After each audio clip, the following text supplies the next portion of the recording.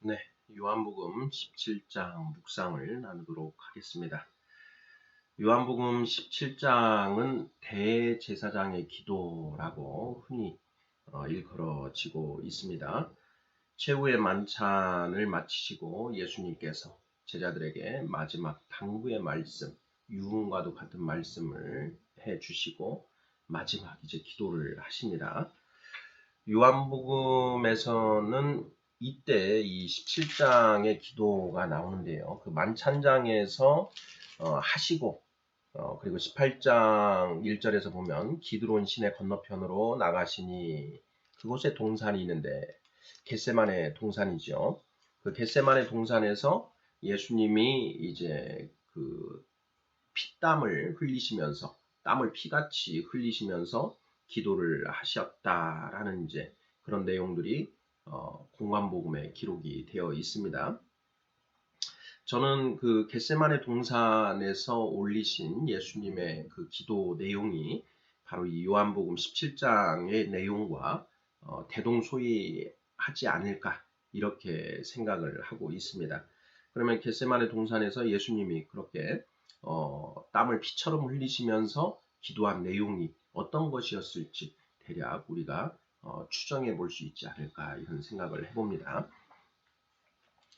요한복음 17장에 이제 예수님의 그 기도 내용을 살펴보면 먼저 1절부터 5절까지는 이제 예수님 이제 본인을 위한 그런 기도 내용이라고 볼 수가 있고요. 그 6절부터 19절까지는 이제 예수님의 11 제자 사도들을 위한 그런 기도 내용으로 이렇게 나누어지고 20절부터 26절까지는 이제 그 우리들도 포함한 그 사도들의 전도하는 복음을 통해서 예수님을 알게 된 또 다른 성도들을 위한 기도 내용으로 이루어져 있습니다. 기도가 예수님 당신에게서 그 제자들에게 그리고 제자들에서 또 그런 성도들에게 확장되어 나가는 그런 형태를 취하고 있다라는 것, 이것도 우리가 염두에 두고 이 요한복음 17장을 묵상할 수 있겠습니다. 자, 17장 1절.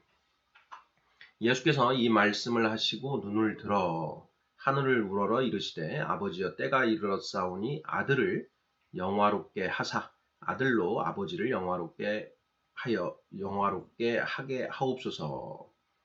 아버지께서 아들에게 주신 모든 사람에게 영생을 주게 하시려고 만민을 다스리는 권세를 아들에게 주셨음이로소이다.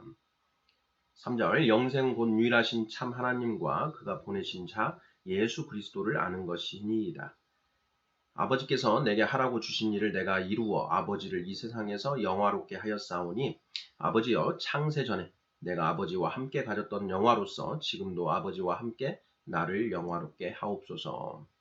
네, 5절까지 한꺼번에 읽어보았는데요. 1절부터 5절까지는 예수님이 본인을 위해서 하는 기도 내용인데요. 그 기도의 내용에 우리가 주목해 볼 필요가 있습니다. 자, 예수님의 기도 제목은 무엇인가요? 네, 두 번 반복이 되고 있는데요. 자, 17장 1절에서 아들을 영화롭게 하사라고 되어 있고요. 그리고 5절에서도 나를 영화롭게 하옵소서 이렇게 되어 있습니다. 그러니까 예수님 본인을 영화롭게 해 주시옵소서라는 것이 바로 예수님이 본인을 위해서 하는 기도 내용입니다. 그런데 이제 그 근거가 또 나오는데요. 하나님 아버지에게 아버지 나를 영화롭게 해 주시옵소서 이렇게 기도를 하는데요. 그 이유가 있습니다. 그 이유를 보면 먼저 4절인데요. 아버지께서 내게 하라고 주신 일을 내가 이루어 아버지를 이 세상에서 영화롭게 하였사오니 이것이 예수님 당신을 아버지께서 영화롭게 해 주셔야 하는 그런 근거로 제시하는 그런 내용입니다. 여기에서 우리가 잘 생각을 해봐야 되는데요. 아버지께서 내게 하라고 주신 일을 내가 이루었다라고 지금 이야기를 하고 있습니다. 그리고 그걸 이루어서 아버지를 이 세상에서 영화롭게 하였다. 예. 그럼 도대체 예수님이 이루신 일이 무엇인가 하는 것을 우리가 생각을 해봐야 됩니다. 우리가 예수님이 이 땅에 오신 목적, 크게 성령 시대를 열기 위해서 십자가에서 대속제물로 죽으셨다라는 것. 이것이 이제 예수님의 이 땅에 오신 사명이라고 우리가 알고 있지 않습니까? 그런데 예수님은 아직 십자가에서 죽으시기 전이거든요. 그런데 이 4절에서 아버지께서 내게 하라고 주신 일을 내가 이루었다라고, 이미 이루었다라고 말씀을 하십니다. 도대체 예수님이 십자가에서 죽기도 전에 무슨 일을, 죽으시기도 전에 무슨 일을 이루신 것인가? 네, 이 부분을 우리가 이제 풀어야 되는데요. 네, 이 부분 우리 성도님들께서는 어떻게 답하시렵니까? 예수님이 이미 아버지께서 하라고 하신 일을 다 이루었다라고 말씀을 하십니다. 도대체 무슨 일을 이루었다라는 것인가? 네, 우리가 공관복음을 통해서 예수님이 이 땅에 오신 목적은 크게 두 가지라는 것을 알 수 있습니다. 첫 번째는 방금 전에도 말씀드렸지만 십자가의 대속제물 되셔서 성령 시대를 열어 제끼시는 것, 이것이 하나의 목표이시고요. 또 다른 사명이 있습니다. 그것은 마가복음 1장 38절에 나오는데요. 읽어보도록 하겠습니다. 이르시되 우리가 다른 가까운 마을들로 가자. 거기서도 전도하리니 내가 이를 위하여 왔노라 하시고, 이렇게 되어 있습니다. 39절까지 보면 이에 온 갈릴리에 다니시며 그들의 여러 회당에서 전도하시고 또 귀신들을 내쫓으시더라, 이렇게 되어 있습니다. 38절에 예수님이 이 땅에 오신 그 목적 하나를, 또 다른 두 목적을 말씀하시죠. 이르시되 우리가 다른 가까운 마을들로 가자. 거기서도 전도하리니, 도를 전해야 하리니 내가 이를 위하여 왔노라. 내가 이를 위하여 왔다. 예수님의 사명이다라는 말씀이시죠. 이 마가복음 1장 38절 말씀이 누가복음 4장에도 병행 구절로 등장합니다. 누가복음 4장을 보겠습니다. 누가복음 4장 43절입니다. 예수께서 이르시되 내가 다른 동네들에서도 하나님의 나라 복음을 전하여야 하리니 나는 이 일을 위해 보내심을 받았노라 하시고, 44절 갈릴리 여러 회당에서 전도하시더라. 네, 같은 내용이지요. 그런데 이 누가복음 4장 43절에서는 조금 더 구체적으로 무엇을 전도하시는지가 좀 더 나와 있습니다. 무엇이냐? 하나님의 나라 복음을 전하여야 하리니, 하나님의 나라, 천국이죠. 천국의 복음을 전해야 한다. 나는 이 일을 위해 보내심을 받았다. 라는 그런 내용인 것입니다. 우리가 예수님이 이 땅에 오신 사명 두 가지라는 점을 명심해야 됩니다. 하나는 십자가의 대속제물이 되셔서 성령 시대를 여시는 것이고요. 두 번째는 바로 하나님 나라의 복음을 전하시는 것이라는 것입니다. 그러면 요한복음 17장 4절에서 아버지께서 내게 하라고 주신 일을 내가 이루어 아버지를 이 세상에서 영화롭게 하였사오니, 자, 여기에서는 어느 사명을 이루셨다라는 이야기이겠습니까? 바로 하나님 나라의 복음 전하는 그 사명을 이루셨다라는 것이죠. 그 복음을 제자들과 그리고 유대인들에게 전했다라는 것입니다. 그래서 이 사명은 이제 하나를 이루었고요. 이제 두 번째 사명인 십자가의 대속제물의 사명이 남아 있는 것입니다. 그래서 예수님께서 이미 그것을 이루었다. 사실 중요한 것, 아버지의 복음을 전하는 이 부분도 굉장히 중요한 것이라는 겁니다. 그렇기 때문에 아버지께 나를 영화롭게 해 주시옵소서라고 하는 그런 간구가 가능해진다라는 것을 우리가 생각해 볼 수 있습니다. 제가 생각하기에는 굉장히 중요한 대목입니다. 왜 그러냐 하면 많은 그 신학자와 성도님들께서 예수님의 십자가에서의 죽음 부분에만 지금 방점을 찍고 그 부분만 바라보고 있는데요. 그 부분이 50%의 비중이 있다면 나머지 50%의 비중이 바로 하나님 나라의 복음을 전하는 데 있다라는 것입니다.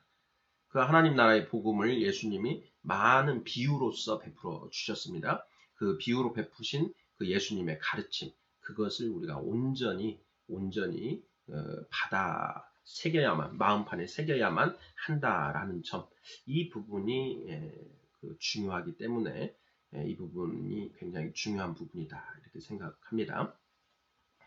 자, 2절도 중요합니다. 아버지께서 아들에게 주신 모든 사람에게 영생을 주게 하시려고 만민을 다스리는 권세를 아들에게 주셨음이로소이다. 자, 아버지께서 아들에게 주신 모든 사람에게 영생을 주게 하시려고 만민을 다스리는 권세를 아들에게 주셨음이로소이다. 여기에 그 만민이 있고요. 그리고 아버지께서 아들에게 주신 모든 사람이란 두 가지 표현이 있습니다. 그러면 아버지께서 아들에게 주신 모든 사람과 만민이 동의어일까요?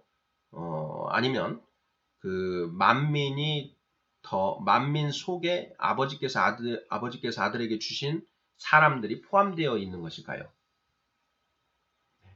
당연히 후자이겠지요. 그 만민들을 다스리는 권세를 아들에게 주셨다. 그런데 그 만민 중에는 아버지께서 아들에게 주셔서 영생을 얻게 한 그런 사람들이 포함되어 있다라는 것입니다. 만민 이 영생을 얻게 하기 위하여 준 그 사람들, 영생을 얻을 사람들을 이제 산 자라고 이렇게 우리가 볼 수 있고요. 그리고 영생을 얻지 못하는 자들은 죽은 자라고 할 수 있습니다. 그래서 우리 성경에서는 예수님이 죽은 자와 산 자의 왕이 되신다라고 이렇게 되어 있습니다. 이 부분을 우리가 예로 들어서 생각을 해보면요. 지금 우리 대한민국 땅에 살고 있는데 그 대한민국 땅에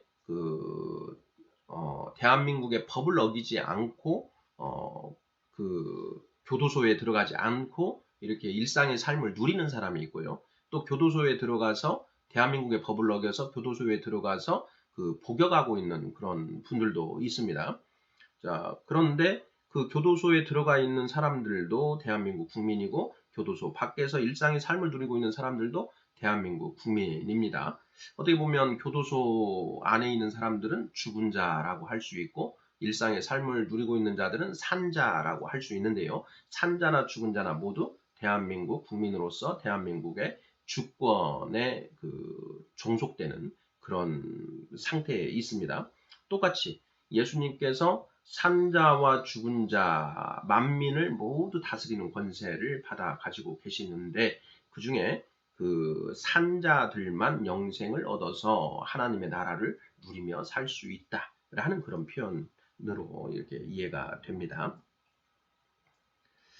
17장 1절 하반절에 보면은요, 아들을 영화롭게 하사 아들로 아버지를 영화롭게 하게 하옵소서라고 되어 있습니다. 자, 아들을 영화롭게 하사 아들로 아버지를 영화롭게 하게 하옵소서 이렇게 되어 있는데요. 아까 4절에서 본 것처럼 이미 예수님이 아버지를 이 세상에서 영화롭게 하였다라고 되어 있는데 또 영화롭게 하게 하옵소서라고 또 기도를 하고 계십니다. 그러면 이제 이건 또 무슨 얘기인가 생각해 볼 수 있는데요. 이미 답은 나와 있습니다. 천국의 복음을 이 세상에 전하여서 아버지를 이미 영화롭게 하였습니다. 라는 것이 이미 이루어진 그 아버지를 영화롭게 한 것이고요. 앞으로 아버지를 영화롭게 할 부분은 이제 십자가의 대속 제물로서 그 죽음을 감당하시는 일, 이 부분을 함으로써 아버지를 또 영화롭게 하게 해달라라는 그런 내용인 것이죠. 그러니까 예수님의 두 가지 사명과 지금 이 17장 1절의 그 기도 내용이 정확하게 일치하고 있다라는 것을 우리가 알 수 있겠습니다. 이제 6절로 넘어가겠습니다. 이제 6절부터는 이제 예수님이 직접 양육하신 11명의 제자들을 위해서 기도하시는 내용입니다. 6절입니다. 세상 중에서 내게 주신 사람들에게 내가 아버지의 이름을 나타내었나이다. 그들은 아버지의 것이었는데 내게 주셨으며 그들은 아버지의 말씀을 지켰나이다. 지금 그들은 아버지께서 내게 주신 것이 다 아버지께로부터 온 것인 줄 알았나이다. 나는 아버지께서 내게 주신 말씀들을 그들에게 주었사오며 그들은 이것을 받고 내가 아버지께로 나온 줄을 참으로 아오며 아버지께서 나를 보내신 줄도 믿었사옵나이다. 8절까지 끊어서 보겠습니다. 자, 6, 7, 8절에서 이제 제자들을 위한 기도를 하시는데요. 그 제자들을 이제 규정 짓고 있습니다. 어떻게 규정을 주시는가? 먼저 세상 중에서 내게 주신 사람들이라는 표현이 가장 먼저 6장 1절, 6절에 나옵니다. 세상 중에서 내게 주신 사람들에게 내가 아버지의 이름을 나타내었나이다. 그들은 아버지의 것이었습니다. 그들은 아버지의 것이었다. 두 번째 규정이죠. 그들은 아버지의 것이었는데 내게 주셨다. 그리고 세 번째, 그들은 아버지의 말씀을 지키었다. 라고 이렇게 규정을 짓고 있습니다. 자, 그들은 7절에서 아버지께서 내게 주신 것, 말씀이죠. 말씀. 다 아버지께로부터 온 것인 줄을 알았나이다. 그러니까 예수님께서 천국, 하나님 나라의 복음을 전하는데 그것이 진짜 하나님 나라의 복음, 아버지께로부터 온 것이라는 것을 그들이 알았다라는 것입니다. 8절에서 나는 아버지께서 내게 주신 말씀들을 그들에게 주었사오며 그들은 이것을 받고 내가 아버지께로 나온 줄을 참으로 아오며 아버지께서 나를 보내신 줄도 믿었사옵나이다. 다 동일한 그런 내용들이지요. 그래서 이게 사도들의 모습입니다. 우리 이제 20절부터 이제 그 사도들을 통해서 예수 그리스도를 믿게 된 성도들, 우리들에 대해서도 이야기를 하고 계시는데요. 우리도 또한 동일하게 이 사도들과 동일한 그런 존재로 규정 지어져야 되겠죠. 9절입니다. 내가 그들을 위하여 비옵나니 내가 비옵는 것은 세상을 위함이 아니요 내게 주신 자들을 위함이니이다. 그들은 아버지의 것이로소이다. 내 것은 다 아버지의 것이요 아버지의 것은 내 것이온데 내가 그들로 말미암아 영광을 받았나이다.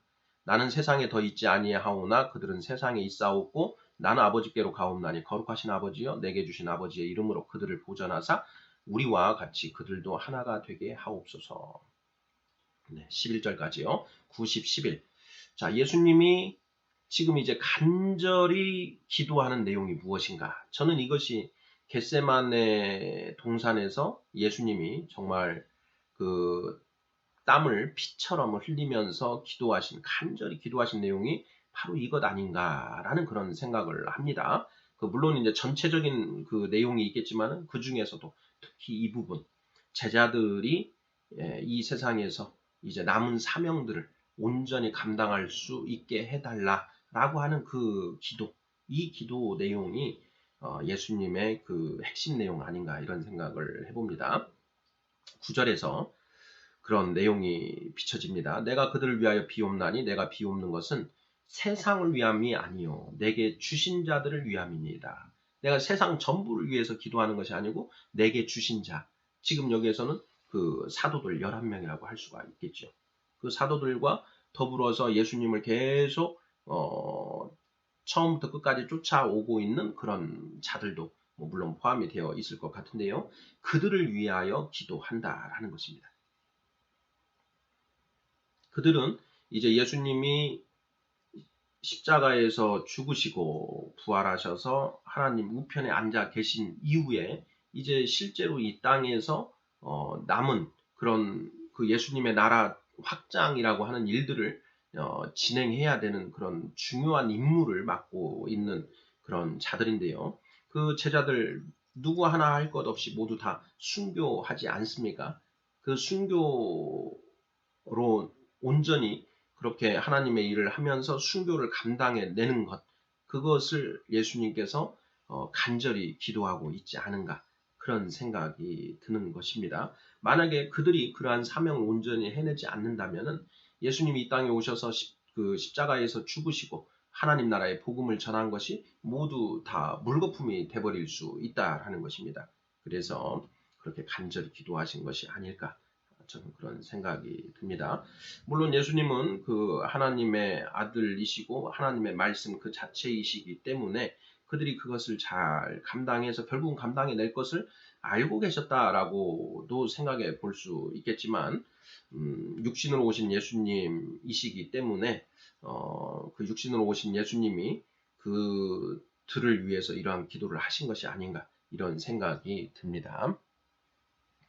10절, 그들은 내 것은 다 아버지의 것이요 아버지의 것은 내 것이온데 내가 그들로 말미암아 영광을 받았나이다, 이렇게 되어 있습니다.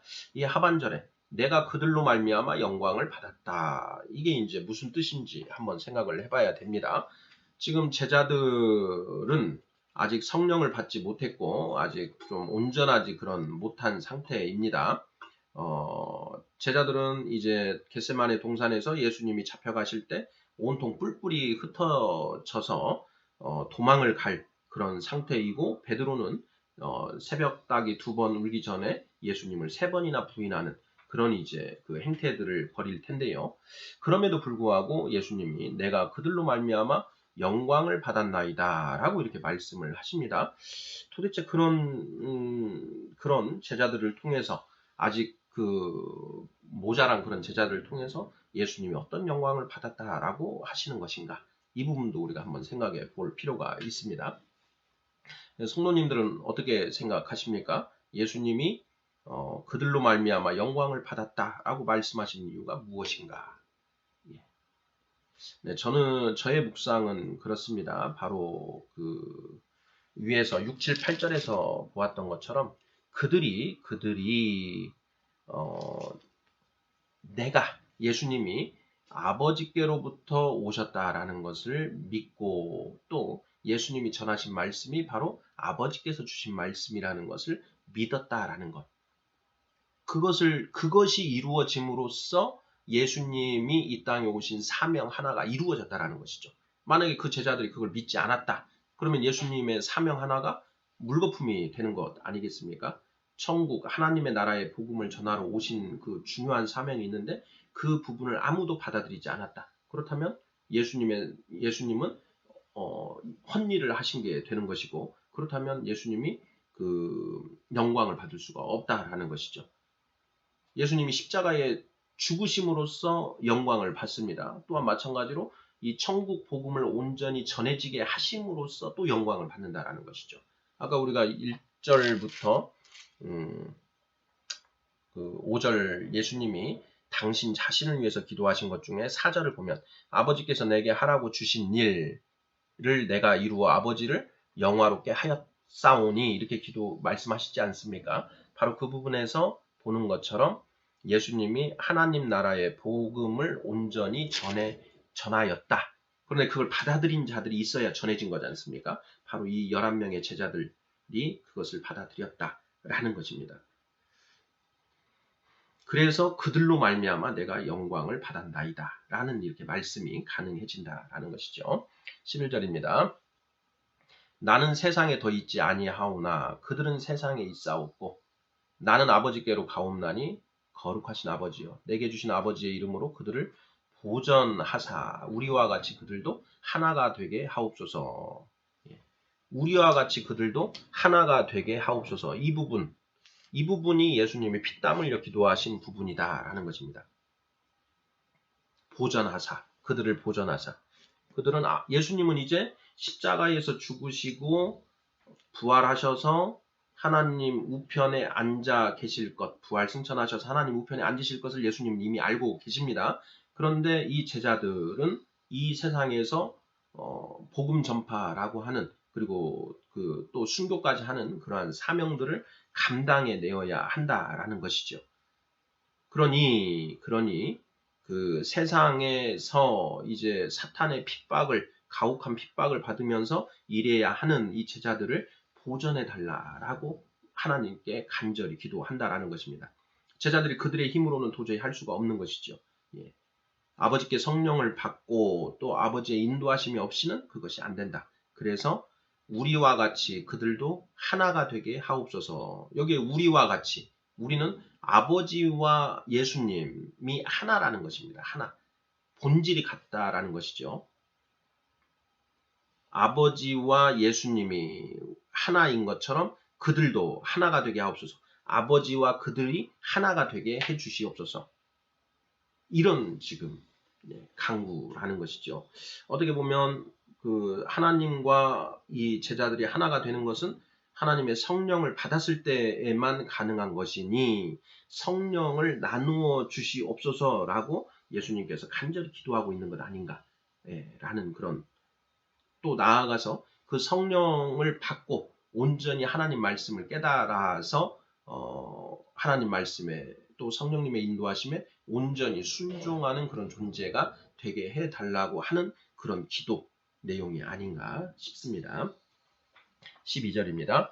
내가 그들과 함께 있을 때에 내게 주신 아버지의 이름으로 그들을 보전하고 지키었나이다. 그 중에 하나도 멸망하지 않고 다만 멸망의 자식뿐이오니 이는 성경을 응하게 함이니이다. 지금 내가 아버지께로 가오니 내가 세상에서 이 말을 하옵는 것은 그들로 내 기쁨을 그들 안에 충만히 가지게 하려 함이니이다. 일단 이 부분 먼저 보지요.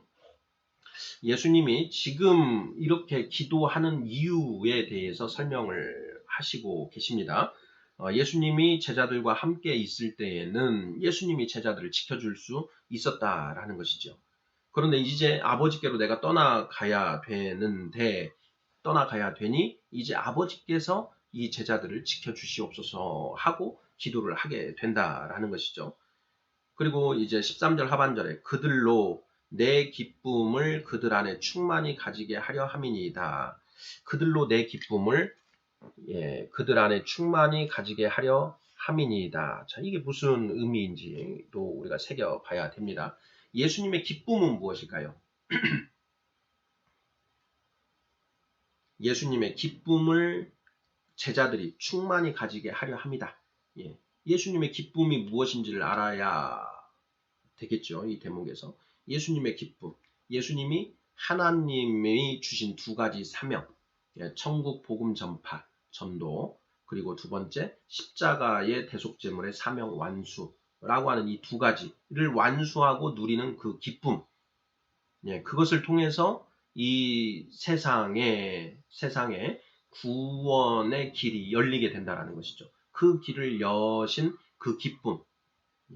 하나님의 일인 영혼 구원의 일에 예수님이 참여하셔서 그 중요한 획을 그으신 그 일을 한 그 기쁨, 그 기쁨을 제자들도 누렸으면 좋겠다라는 것이죠.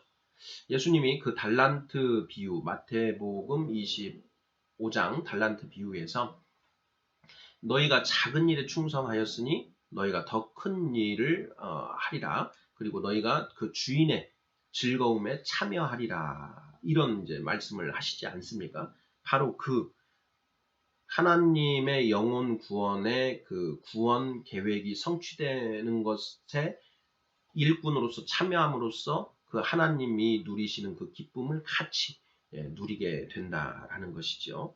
그러한 기쁨을 제자들이 충만히 가지게 하고자 하여 이 기도를 드립니다. 라는 그런 내용으로 저는 묵상이 됩니다. 14절입니다.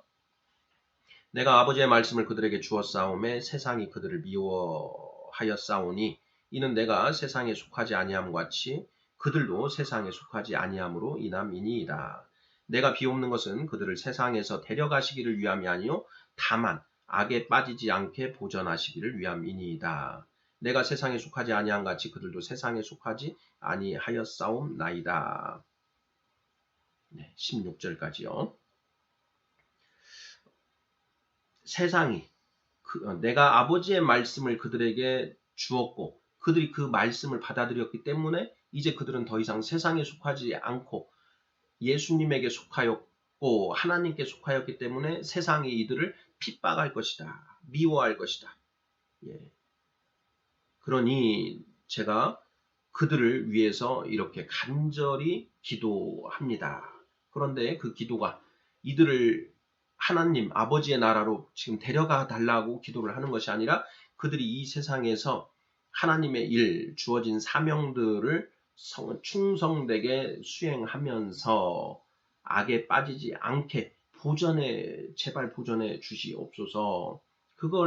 그들이 악에 빠지지 않고 그 일을 충성되게 해내야만 제가 이 땅에 와서 이렇게 복음 전하고 십자가에 죽은 그 일이 헛일이 되지 않는 거 아니겠습니까? 그러니 제발 그들을 악에 빠지지 않게끔 보전해 주시옵소서 하고 예수님 기도한다라는 것이죠. 이것이 예수님의 그 간절한 기도 내용인 것입니다.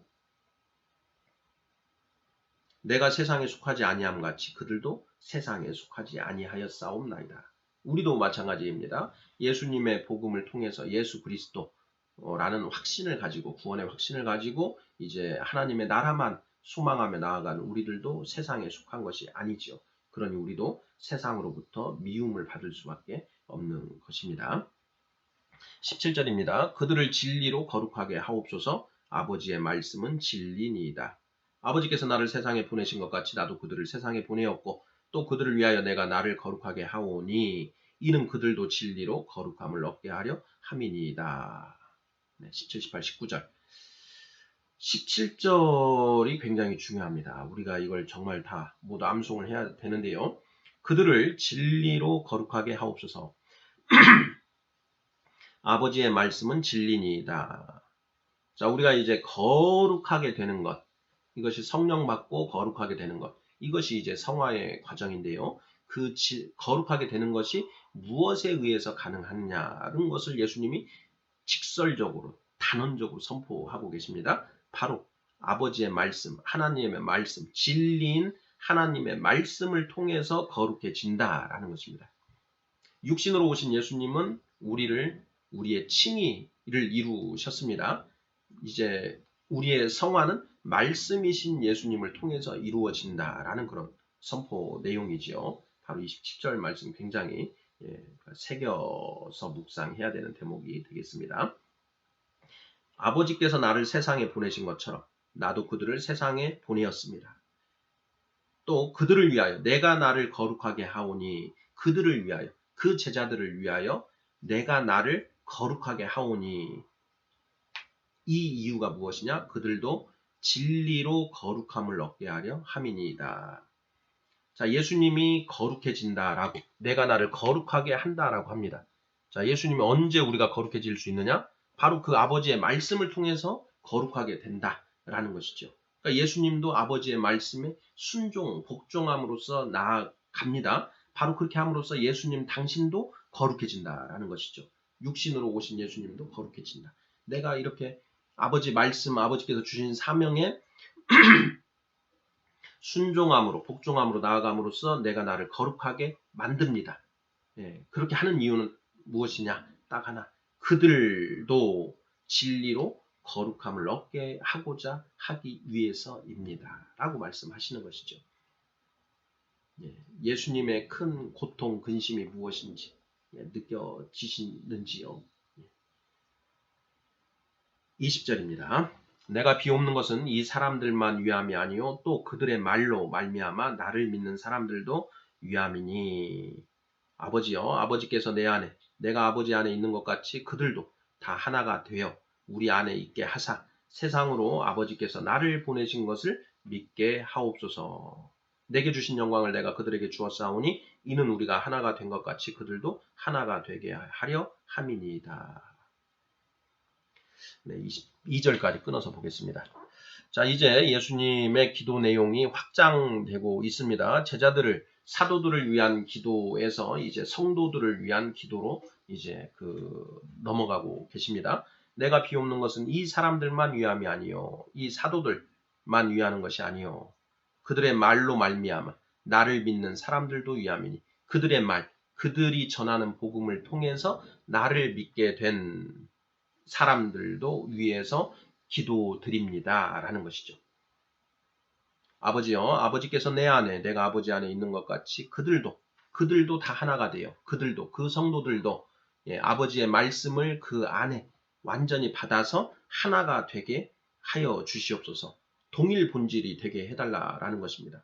우리가 하나님의 말씀만으로 다시 빚어지면 하나님과 같은 동일한 하나가 된다라는 것이죠. 본질이 같아진다라는 것입니다. 그렇게 본질이 같아진 사람들만 천국 하나님의 나라에 있을 수 있다라는 것입니다.